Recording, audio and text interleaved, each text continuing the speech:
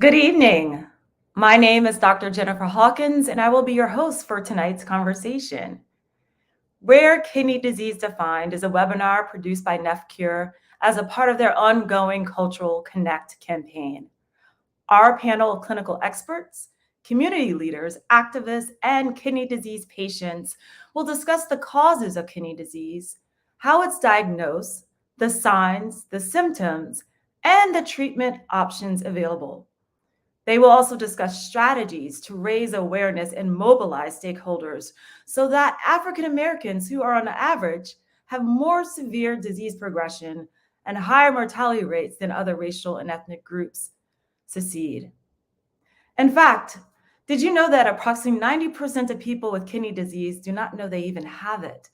And in the United States alone, 37 million Americans are affected by kidney disease, experience more severe disease progression, kidney failure, and even death are more likely to occur in African American communities and other kidney disease patients of color. And just to put that statistic to perspective, Black Americans only make up 13% of the US population, but account for over 35% of all kidney failure cases. NephCure's Cultural Connect campaign goal is to decrease the time between the onset of symptoms, diagnosis, and treatment, which will ultimately give kidney disease patients a better shot at recovery. Rare Kidney Disease Defined will not only give a platform to medical experts and our heroic patients, but also create a forum to really discuss strategies for engaging and supporting kidney disease patients of color. I frankly have been looking forward to this conversation all week long. I guarantee you do not want to miss the important insights of tonight's guests. If I may bring Dr. Stacy Johnson to the stage to get started. Hi, good evening. Good evening, Stacy. We're so pleased to have you. And I'll just give a brief introduction of your very impressive bio here to our guests and viewers. Dr. Johnson has over 25 years of nursing experience in clinical areas ranging from acute care, community care, and executive administration. She currently is the Senior Clinical Strategic Nurse Consultant at Care Spark Consulting, and she also serves as the chair on the board of the Institute of Health and Social Equity, which is an organization whose mission is to reduce health disparities by improving the health and social equity of vulnerable populations and underrepresented groups.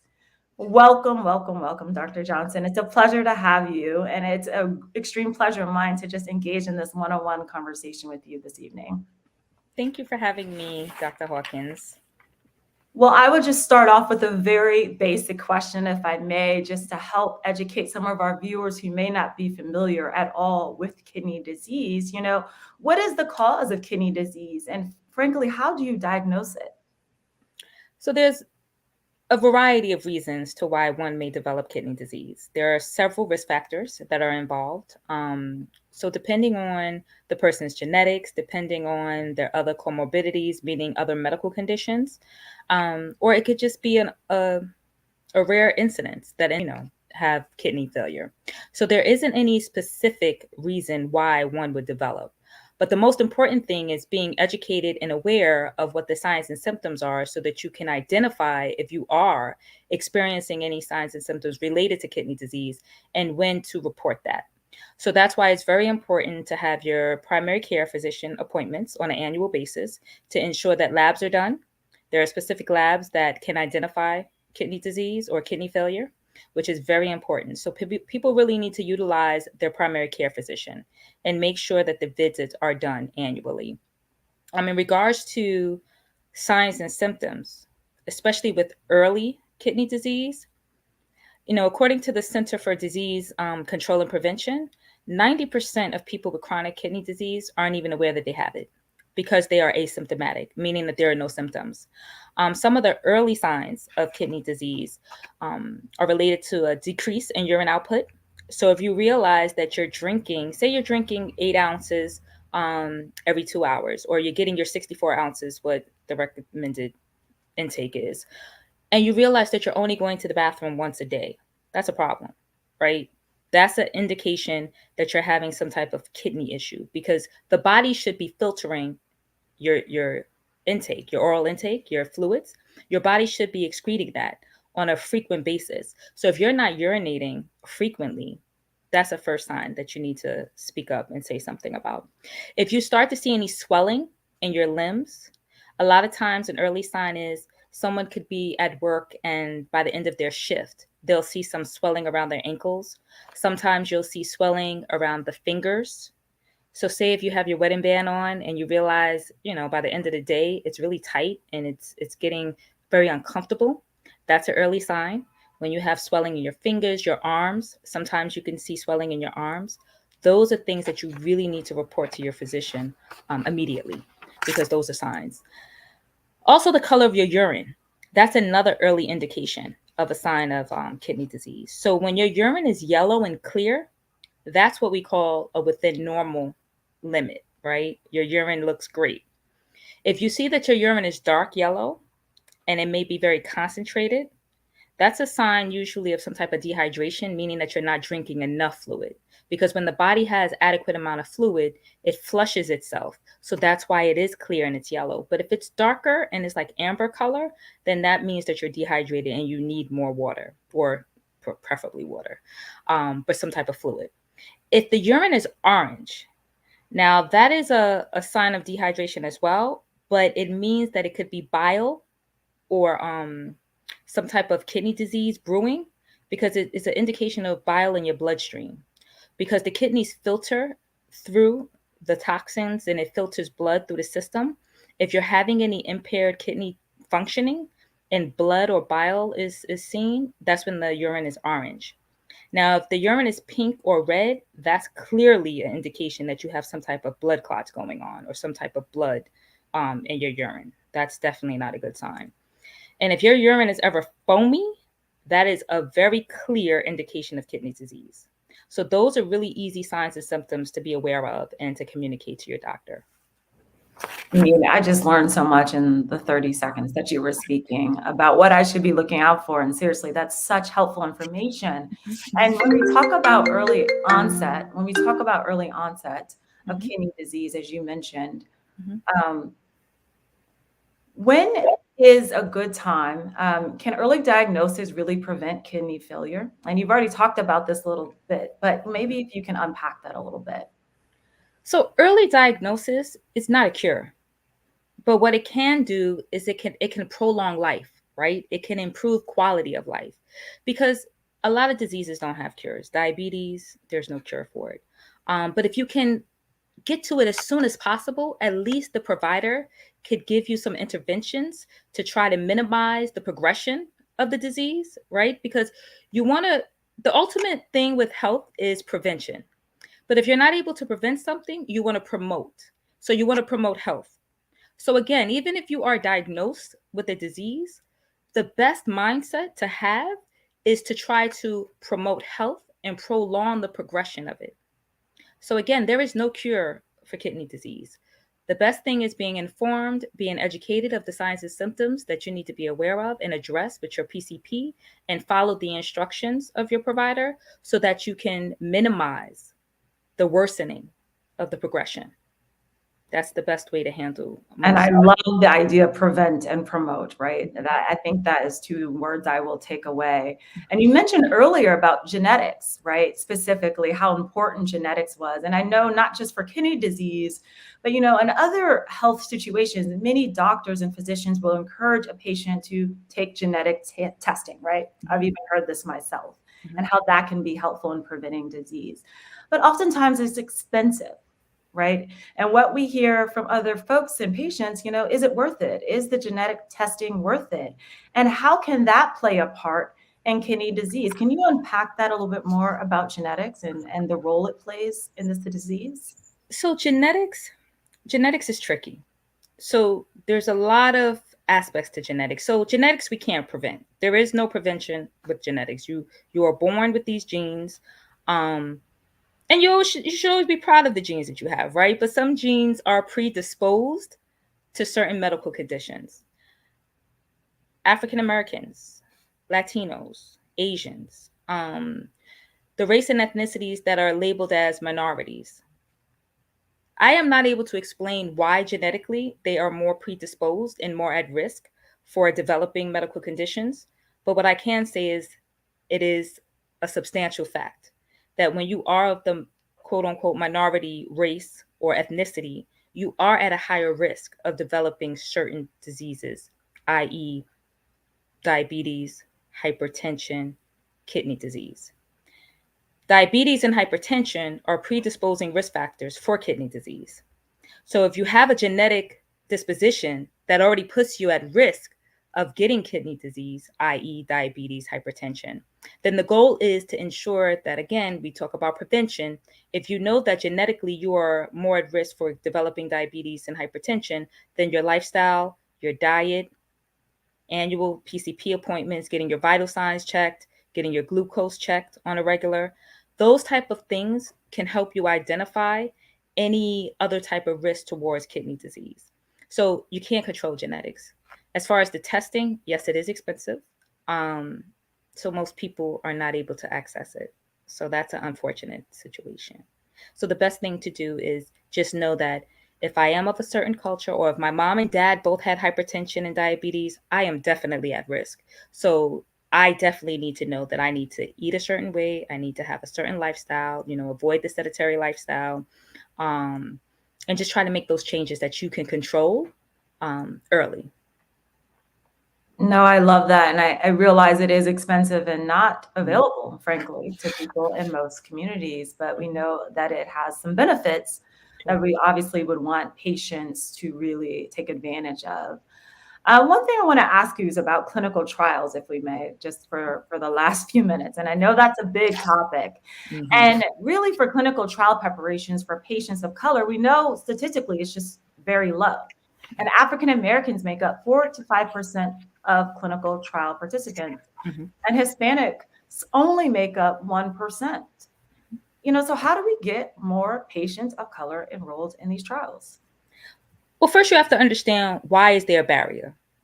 We have to acknowledge the fact that there are numerous reasons for why there are barriers and discouragement within the minority populations for clinical trials. One is mistrust of clinical trials. There is historic information where Tuskegee, where African American men, had were injected with syphilis and without their knowledge. So there is a historical reason to why there is a mistrust to clinical trials. That's just an example. Lack of information. People don't really understand the importance of clinical trials. So, the lack of information is important. Scheduling and resources and transportation constraints among participants. Most people in social economic disadvantaged communities, they don't always have access. They don't always have transportation, the simple things that a lot of us take for granted. Limited time, to understanding the aspects of clinical trials. Literacy, when you're dealing with certain populations, there's a literacy, and it doesn't mean that they're not able. It's not about reading and writing. Health literacy is very different from being able to read and write. People can read and write and still have a lack of health literacy. That would be another hour if I were to explain, but that is something that we really need to take in consideration.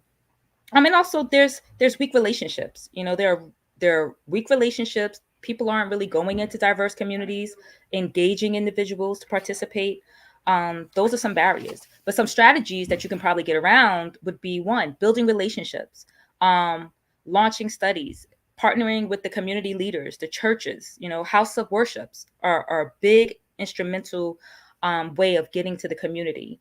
Organizations that have already built established trust in the communities. That's a way to get some participation. Another way is engaging with outreach and education, seeking grants to fund and provide outreaches in health fairs or in community centers, or just in different areas within the community. But you can get grant funding for that. That can be a useful. Social media. Social media is another outlet that can be used to reach out to communities. I know elderly populations who are on Facebook and Instagram, and I'm like, okay, let me hurry up and get an Instagram account myself. But But yeah, social media is a good way. Access, like I had shared before, access to these institutions that are providing the clinical trials, incentives. A lot of clinical trials now, they're providing incentives. They're giving Metro cards, they're giving gift cards, because everyone wants to have buy-in. What is it in for me? You want my body, you want, things from me. Well, what am I getting from it? So people have to understand too, you got to give incentives. People like money, people like, all types of reasons to why they need to come out. So those would be some strategies that could help. Those are huge strategies. And you mentioned distrust, maybe coming from the African American communities in terms of their participation in these trials. And I think that's important to unpack. So if I was someone who was interested in a trial and I got this great incentive, Metro card, et cetera, but I was still a little hesitant to participate, what would you say to someone like me who's interested on the importance of my participation? So not just what they're getting, but why is their participation really important to the studies? Well, someone like you probably want an honest and transparent conversation. So give you the facts, give you statistics, have dialogue with you that is real conversation that you can relate to. That's what's important. So it's important for us to assess the audience, understand what they really need, and how, to your point, how can we get that trust as far as understanding what they want to hear, what they want to see, but being honest, being transparent. Most of these communities, that's what they want. They don't want the fluff. They want the realness. And that's important. I love it. And translating into plain speak, as my grandmother said, just speak plain English to me so I can understand. Or in some communities, they say, keep it 100. Keep it 100. I like that even better. Just keep it 100 people. And probably will see these clinical trials go up significantly. So thank you, Dr. Johnson. It's been a pleasure speaking with you and having this one-on-one conversation. Your insights were super valuable. It was fun, engaging, and I'm sure helpful to many people listening to us today. So thank you so much. You're welcome. Next, I would like to cue our Neff Cure video. Please enjoy this video created by Neff Cure, which really captures voices from the rare kidney disease community and hopes to help others better understand their journey and the resources and community that is available to them through NephCure Kidney International. Thank you.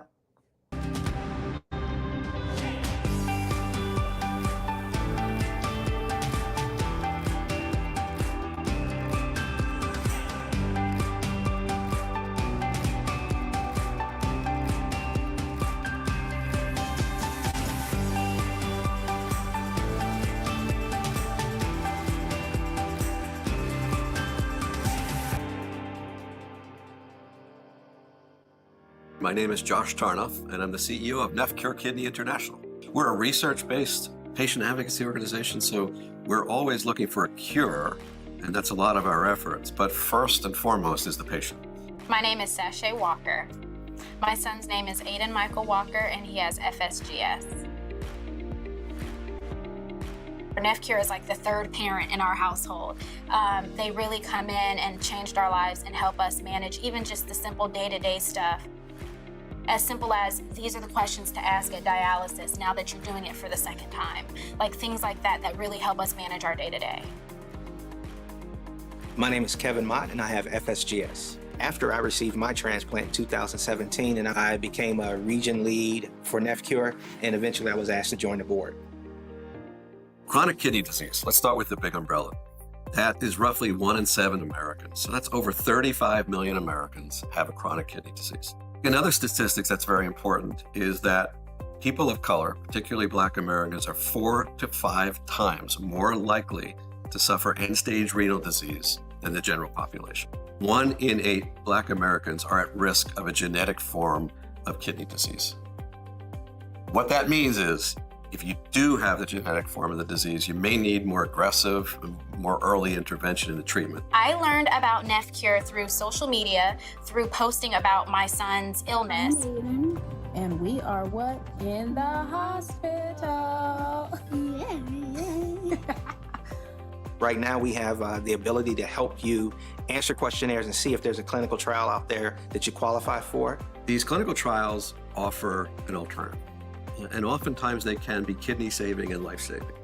And so we highly advise folks to consider participation in a clinical trial. It may change the course of your life, and you're also helping yourself and others with disease.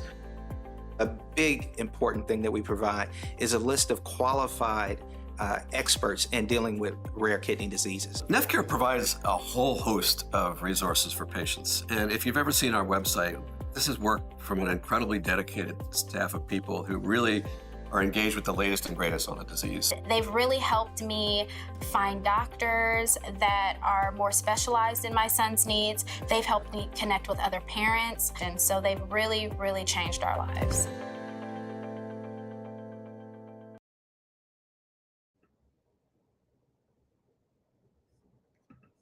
Great. Well, welcome back. That was such a powerful piece. At this time, I would like to welcome to our virtual stage medical experts and kidney disease warriors who have been through it all and then some, as they say. But they are still standing and are here tonight to share their journeys while raising awareness about this life-changing disease. Please welcome Fallon Bell, a nephrology nurse and kidney disease patient herself, and AJ Cutler, a kidney disease patient and stand-up comedian, may I add, which definitely guarantees us a class tonight. At this moment, I would like to just take a pause and invite you guys to talk about your journey with kidney disease.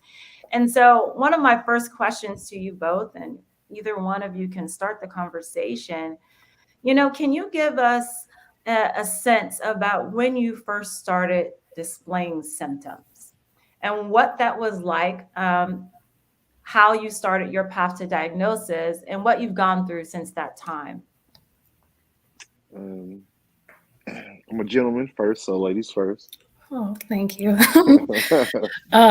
So I was first, I was diagnosed with my kidney disease when I was 20 years old. But I started displaying symptoms when I was 19. So I had swelling in my legs, just a lot of fluid buildup in other parts of my body. And I had no clue what was going on. It just kind of happened and came out of nowhere. I went to the emergency room a couple of times too, and they gave me some water pills, told me to elevate my legs, get some support stockings, and they sent me home. I did follow up with my primary care provider. She did some labs, and she did see that I had protein in my urine. So she referred me to see a nephrologist. So at that time, they admitted me into the hospital. It was crazy. They removed within a few days about 30 something pounds of fluid from my body. They did a kidney biopsy, and then that's when I was diagnosed with a rare hereditary kidney disease, FSGS, the focal segmental glomerulosclerosis. After that, they actually put me on some medications to slow the process down from happening, from me getting to this point where I needed to go on dialysis. I still was very sick. At the time, I'll be honest, I was not taking my medication as I was prescribed to because I just felt so sick. And my kidney doctor, she's like, Fallon, you're going to wake up one day, you're not going to feel good, and you're going to have to start dialysis. And I'm like, okay, I feel great. And it was about a week later and that happened. So that's when I first started hemodialysis for about 5 years. And during that time, thankfully, I had enough strength and ambition. I did end up finishing college. I did some traveling. I worked, and in 2009, I received a kidney transplant. And also and it was pretty cool. I actually received my kidney transplant came from a 5-year-old little girl. Believe she passed away from bacterial. Actually, I forgot what it was exactly, but I remember she was 5 years old. And then also during that time, I had this bright idea of I think I'll be a good nurse. So I did end up getting into nursing school, and a couple of months before I was to finish and graduate nursing school, I did end up, my kidney transplant ended up rejecting after 4 years. It was definitely a very scary time in my life. I'm like, I just need to finish school. What am I going to do? You have that freak out moment, but everything worked out. So I did finish nursing school, I passed my boards, and became a nurse. I did. And then again, it's like, how am I going to work and support myself? I'm back on dialysis now. But again, everything always worked out. So I worked at the hospital during that time, and I worked the night shift, 12-hour shift. And when I got off, I would go to my dialysis treatment. And that worked out well. And then 3 years later, so in January 2016, I received my second kidney transplant. So that one is working great. I'm feeling well, working as a nephrology nurse currently, and just really happy that I'm able to be in a profession where I'm able to give back to others that have gone through what I went through, and just to be able to do something that I'm truly passionate about. I don't think warrior is a perfect description for you. I don't know what to call you. I mean, that is an amazing journey, and you are the perfect nurse. I mean, who has been through this experience. So you're not just walking it, you're talking it. Yeah, I thank love you. that. AJ, can you tell us a Yes, little bit about your journey? such a survivor there. I appreciate that story so much. No, thanks, AJ. Um, my journey was actually I was diagnosed at let's see, 27. Uh, but the signs really started when I was in college. I was I was playing for a JUCO college in Oklahoma, and at the time I had got a full scholarship, and it was an amazing year for me. I was, coming out of high school, I was excited to take this journey with college football, and I always had it in my mind. I'm like, football's my way out. Football's my way out, even through like high school and just my whole life. And being an athlete, it just took up all of my time. It's school, and then you pretty much wake up at 5 a.m. and you have workouts rest of the day, and then film, and then studying at night, and then more football practice.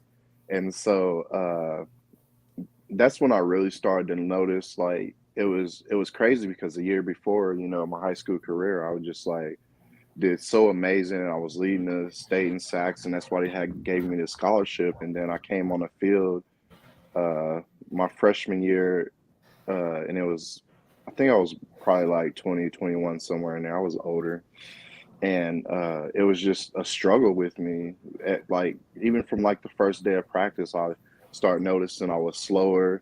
I was having a lot of back pain. um I like to compare it to, like, have you guys seen Space Jam? Mhm. When they took the ball and they just took all their talent. That's kind of what it was like. I was out there trying to catch balls, and it was just like, I didn't have no hands. But then I realized, I just didn't really have hands, but I was Mhm. just better at hitting people. And so the whole just season, I was just struggling the whole time, and my coaches thought that it was because of like my hamstrings, because I was tight. Because of football, I was actually 255, and I was benching almost like 580 pounds. I was ridiculously huge and strong. And so for me to be having all these issues just didn't make sense to me. And my coach was like, I was in a nurse's office every day, always taking ice baths, riding bicycles. We just didn't understand what was going on. And then come to find out years later, it's this kidney disease. And I later transferred to Oklahoma State and really just kind of focused on my studies. Like, I offered to play football there, but after kind of like my freshman, sophomore year, I just decided that, like, it was too much. I was in pain. I was on a steady decline. Uh, I just couldn't perform like I could.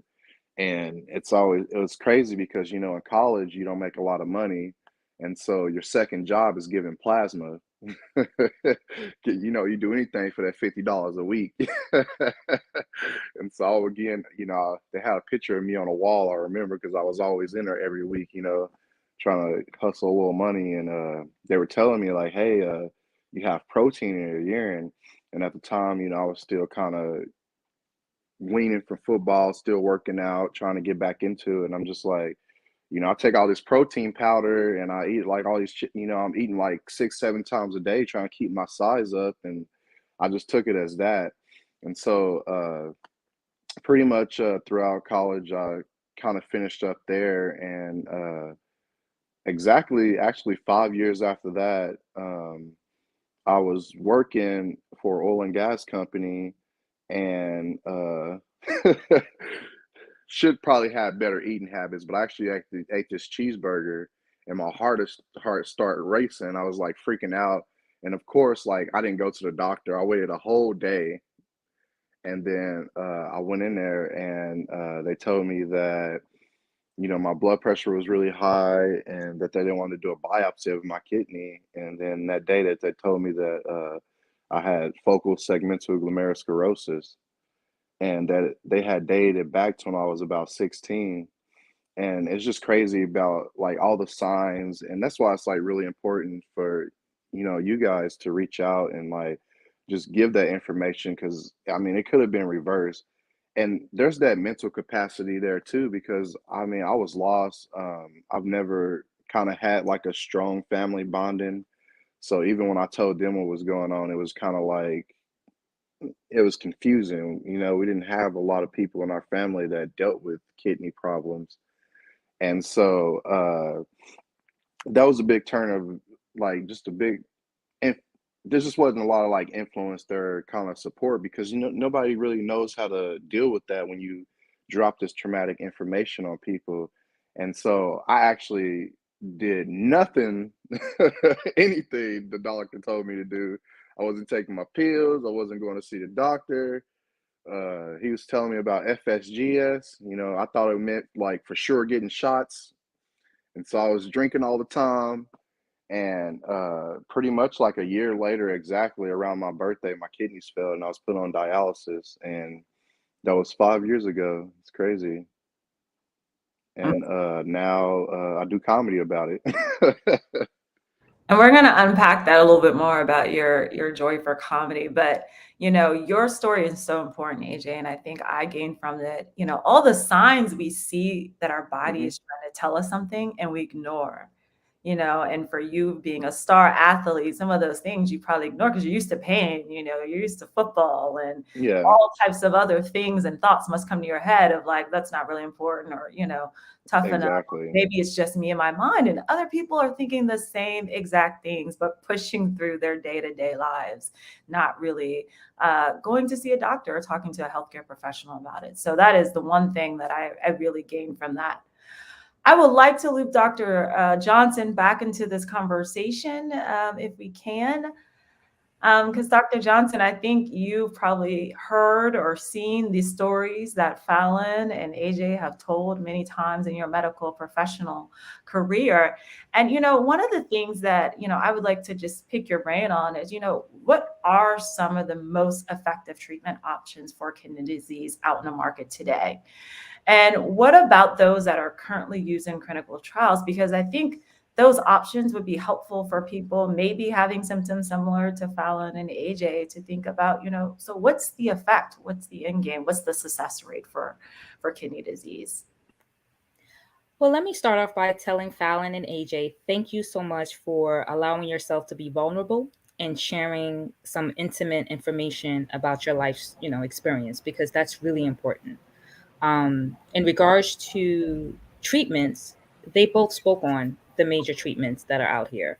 So usually, depending on the stage of the kidney disease, dialysis is an option. You can have either hemodialysis, which you're connected to a machine and it filters the blood and you're on it usually about 3 to 4 hours, and it's usually 3 times a week. Or you can have home dialysis, depending on how severe your kidney disease is. And you can have peritoneal dialysis, which is a more simple type of dialysis, not through a machine, it's through a bag. And you have a home care nurse who could come out. And I used to actually do it. And it's a few hours, but it's a little more simplified than the machine doing it. So we would have nurses come out to the home. We would have a very sterile setup in the home.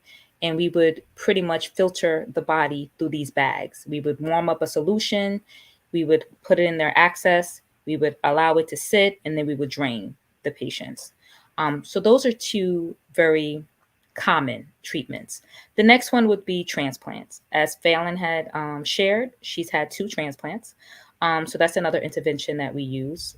With the transplants, what I find is sometimes the longevity of the transplant can be an issue. And I think that Fallon could probably expand on that because she's had it twice. So sometimes you'll have success with a kidney, and sometimes the body rejects it. So I think that we can give her an opportunity to expand on that and share, if she chooses, how that experience was. But that's another intervention. And then again, the prevention strategy. So lifestyle, dietary, as AJ was saying, he was eating those burgers and he wasn't following the dietary recommendation. But as he shared his story, it shows that if you follow a specific diet and you change those dietary habits, it can prevent you from getting to that point. Because as our friend AJ has shared, he was doing what he was doing and it led him to dialysis, which dialysis is a rough journey. It's not an easy journey. And I'm sure Fallon and AJ can share that. I haven't personally experienced it, but I've taken care of plenty of patients who have. And I would see what they look like before the treatment, and I would see what they look like after. And it drains them. They're exhausted. And remember, they have to do this 3 times a week. So both of them have already shared dietary, following medications, as our friend AJ shared as well. He wasn't taking his meds. Following your medication regimen would be helpful to prevent these extreme interventions. And another thing that AJ mentioned that I know is we dismiss and we forget, the support system. Dialysis holds a taboo to it. For some reason, in certain cultures, people are ashamed of talking about kidney disease. They're ashamed of even going on dialysis. I don't know where that has come from. I don't know why, but it exists in certain communities. So when you don't have a solid support system to go through this journey, it doesn't help. And it's very important for us to educate individuals and let them know it's nothing to be ashamed of. It's not a death sentence. It's something that we can get through. But if they don't have that family support, clinicians like ourselves, community organizations that are out here giving awareness, we need to be definitely an advocate and a support system for individuals who are being diagnosed. And the one thing I've learned tonight from Fallon and AJ, it's very interesting that at 16 and 19, they were developing and exhibiting symptoms. That's the pediatric population. I'm wondering if pediatric providers are even paying attention to certain communities and the children of these signs. Because when you think of kidney disease and you think of kidney failure, you think of adults. You're not thinking 16. You're not thinking 15. And I think now that I'm listening to this, we need to have conversations with pediatricians, individuals who are working with children, because it's happening earlier than we think. And I think that they're being dismissed and they're not being recognized because they're children at that age. It's like, well, they don't have kidney disease. No, this is early signs that we really need to pay attention. This is why it's important now for us to educate parents so that they can pay attention to their children and identify these symptoms along with their children. Because at 16 and 19, you're not thinking about kidney disease. You don't want kidney disease. You're thinking about, whatever you're thinking about at that age. I know what I was thinking but about. I'm sure. But I think it's very important now that we really engage that population and the providers who are taking care of children. This is interesting. That was a groundbreaking point that you just made, particularly for pediatricians, right? Because you did mention their age, and usually you're just kind of doing your regular checkups. And I don't think other doctors and pediatricians caring for young adults or young people are really thinking about kidney disease and how that could be something that they could have identified a lot earlier. But I want to just unpack what you talked about, support with family and friends and what that means. And so Fallon and AJ, and Fallon, I'll turn to you first. What can family and friends really do to support you in the best way possible through your journey? I would tell them just to, they have to understand that, being, being diagnosed with kidney disease is very difficult. And you're going to have to, be understanding and try to meet your loved one or your friend, whoever it may be, where they are. Um, Dr. Johnson said it right, knowledge is power. Be there with them to help to learn about their kidney disease and what can be, just going on. Something that I had to learn just with, I didn't mention this earlier, but both of my parents have been and are on dialysis. So my hereditary kidney disease is from my mother's side. So my aunt had FSGS, and then my mother had FSGS as well. I believe my aunt was diagnosed and she was the first to be diagnosed when she was in her 30s. She's in her 60s now. And then my mother, I think she might have been diagnosed when she was in her 50s. And then my father, he ended up being on dialysis due to high blood pressure and diabetes. But just working with them and learning how I can support both of them through their kidney disease journey. I learned to be specific, ask specific questions. I couldn't ask, oh, how was your day? Once I learned that I had to be asking specific questions, it allowed me to effectively help support them better. How was your appetite today? What was your weight today? Things like that. I love that. AJ. I definitely agree with you, Fallon, because I would say for me the biggest thing is just patience because as human beings we tend not to listen to other people a lot, especially me on that end because it took so much just to get kind of where I'm at today. And I just like as an adult I haven't really had that support. Mostly it was like a lot of friends. Like my family was kind of there, but they're just kind of in and out. But it was just really people that are like that just really invest in your life, just really trying to just show you love because the first couple of years of dialysis was tough. I was like I said, I was really huge and like in 3 months I lost like 80 pounds and like 3 pounds of muscle and like there's that there's that mental capacity there like and that's tough too and that's like as a dialysis patient like I kind of want to focus like even that more so on because that's where it really starts is just mentally and like I didn't really have that support there and it was actually for like the first 2 years I still drank heavily and it put me in a hospital almost like 28 times one summer and my lung collapsed and I still continued to drink after that and it took one person that just showed me so much love and he was just like man you're killing yourself and he was constantly on me telling me like this is what you're doing, this is where it's at. And then one day it just clicked. I was like I need to make a change and really start listening and appreciating these people in my life that are like trying to direct me in the right path. So yeah, just persistence really. And I'm so happy you brought up mental health, AJ, because I think that is a huge part of your healing, right, and your Hmm. journey.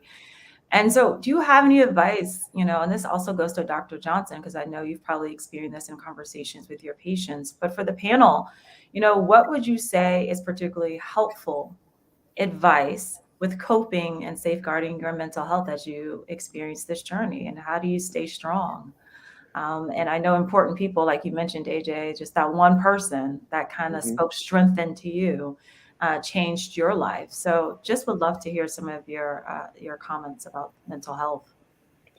um I really think it just starts with like self, like because like as people we're our biggest judge. Like you ever get in the mirror, you're like, oh, my face is too fat, oh, that nose right there. Like we judge ourselves so hard, but really we just need to like take that down like tenfold and just appreciate like the little wins every day. Like if you get up and check your mail and like look at a bill and write it down, like even that, like just the smallest things, because like what you do to your body and your mental capacity out. It just starts, it's a building block. So no matter what you do, like the little smallest things, they matter, and like for me, what really just keeps me going is just those little wins, man. Like just like if I'm eating horribly for like a week, but I choose a salad over, a whole pack of Oreos, then that's a win for me. Like we just like too hard on ourselves, and you just got to keep that pace up and just keep going. Really, that's just kind of what gets me going. I don't know. I would also I would also suggest to people, and this is something that I wish I had when I was first diagnosed, especially being diagnosed at such a young age.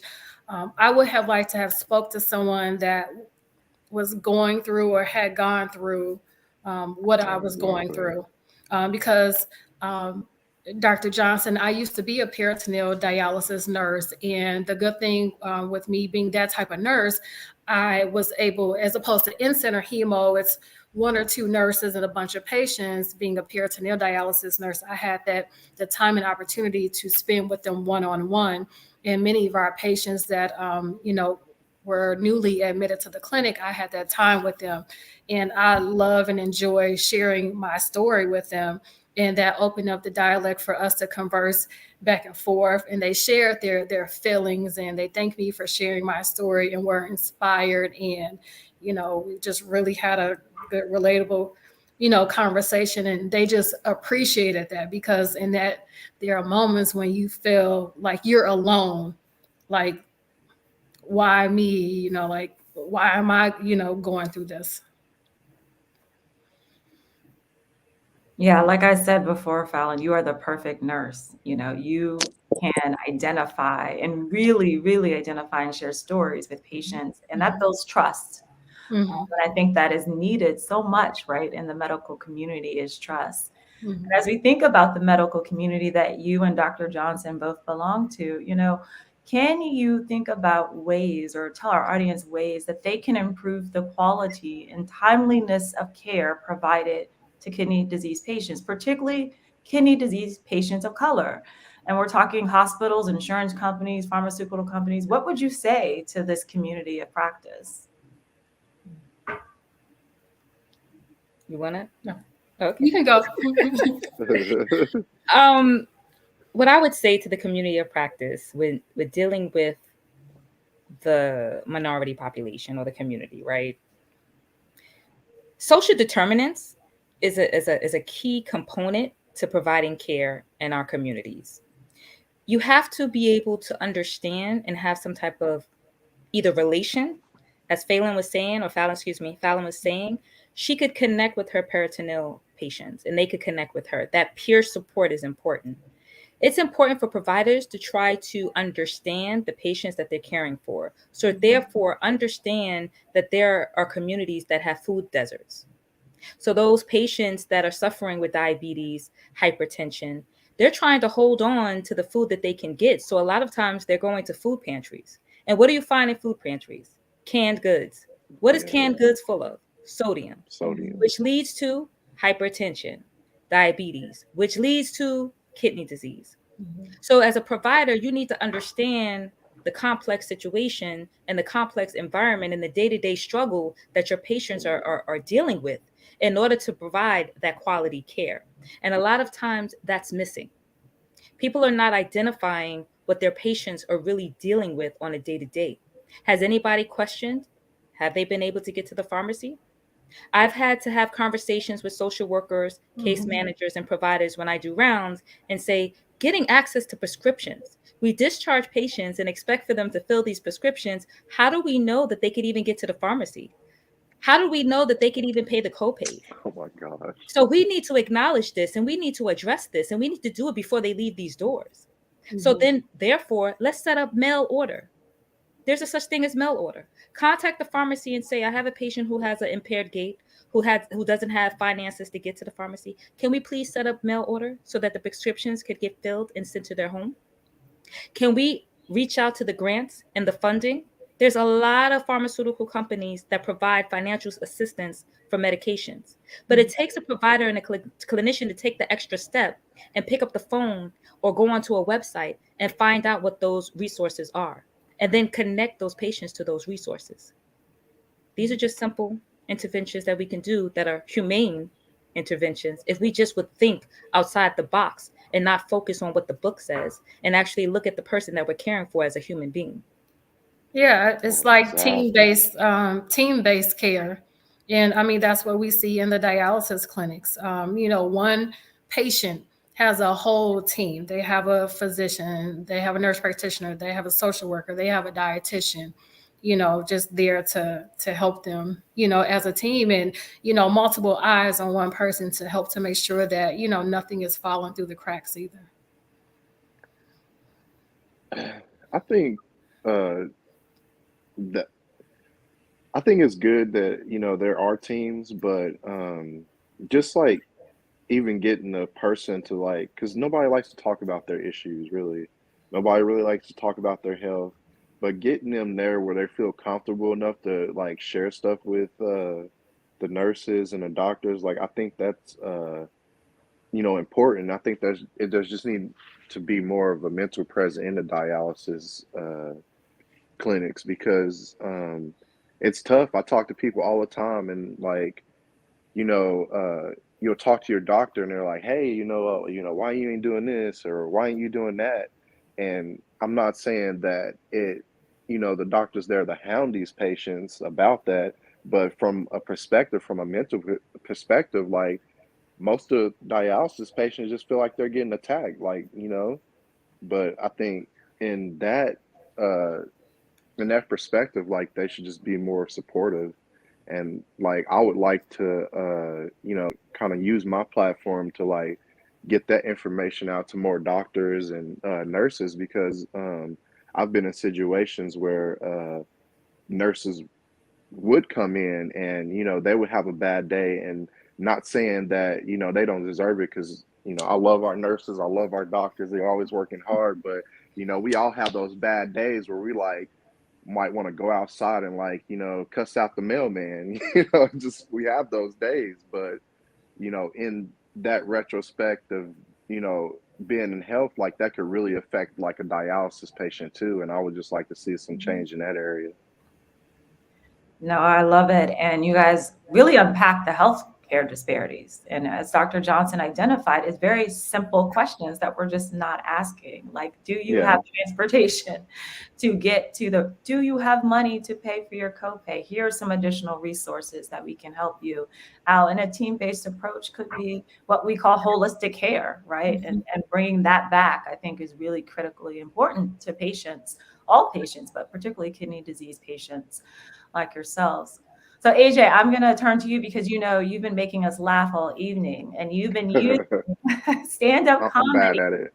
No, you're not. You're quite good at it. AJ. So, you've been using stand-up comedy as a way and a tool and a resource to really educate people about kidney disease. So Hmm. can you tell us and explain a little bit why stand-up means so much to you, and what you hope to achieve from it? um, um, I tell people like this kid, like people, this kidney disease was a gift for me. Like it completely just changed the outlook of my life. I was never doing any of the right things. Like, we said earlier, I know what I was thinking about in 1920. It definitely wasn't about like my future or like how I'm going to like impact somebody else's life. There was a lot of selfishness there.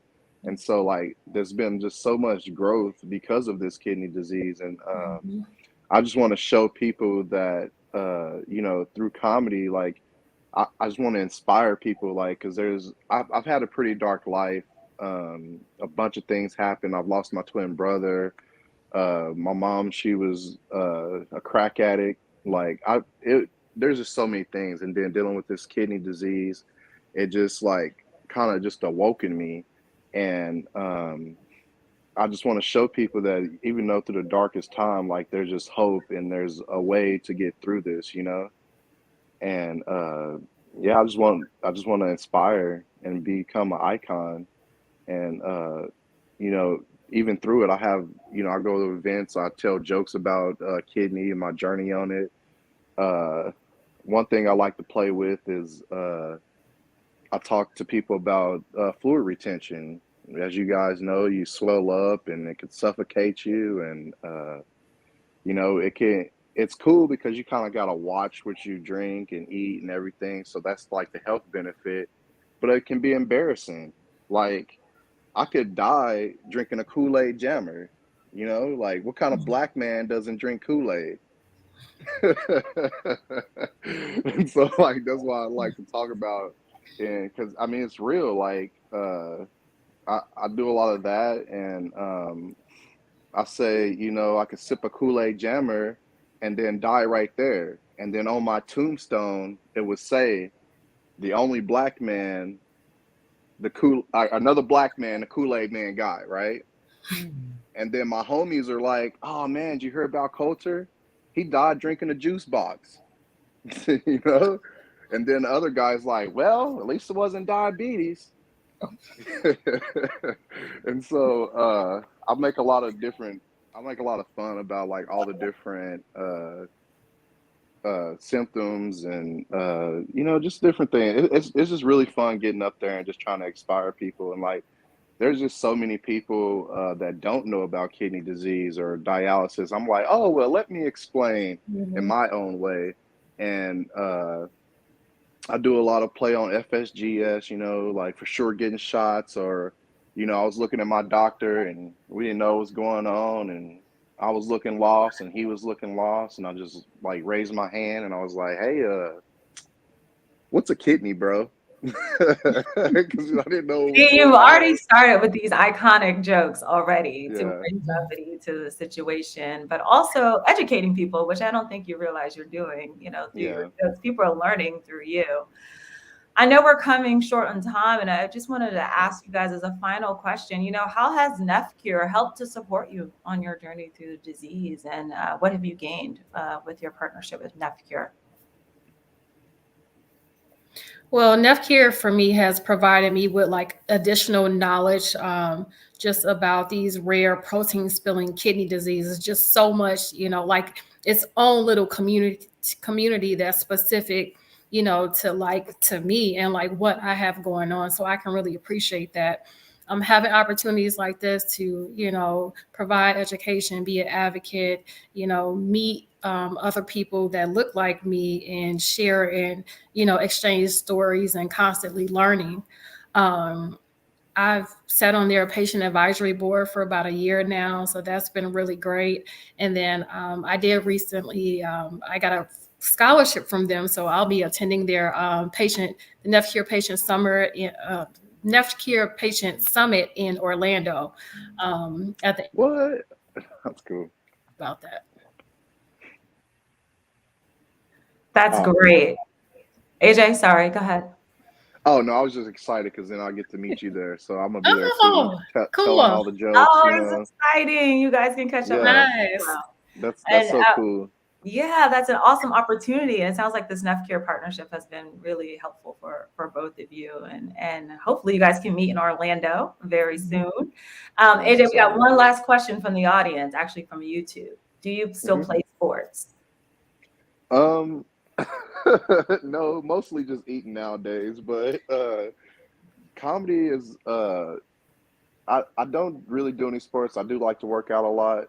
But for me, like the whole sports like lifestyle, it was just to prepare me for this journey, because I was so healthy in the beginning and like just doing all the wrong things, and because of those bad health decisions I made, like I'm lucky to be alive. Like, you guys know how hard it is on your body. And so that's what it was for me as far as the sports athlete. It was just it was awakening to lead me on this journey so I could do comedy. That's it. And There's inspire always a people, path, right? There's always a Yeah. path. Well, unfortunately, we are out of time. I could talk to all of you forever. You guys are so engaging, smart, and articulate about your journey. And I know so many people benefited from this conversation. I got a few laughs in, so that's always a good evening if I can laugh. We heard valuable insights from Fallon, AJ, and Dr. Johnson as kidney disease patients, advocates, and medical professionals. You have helped us shed light on the importance of early diagnosis and healthcare disparities that African Americans experience. If you would like to learn more about rare kidney disease, please visit kidneyhealthgateway.com and nefcure.org. Take good care of yourselves and each other. Good night.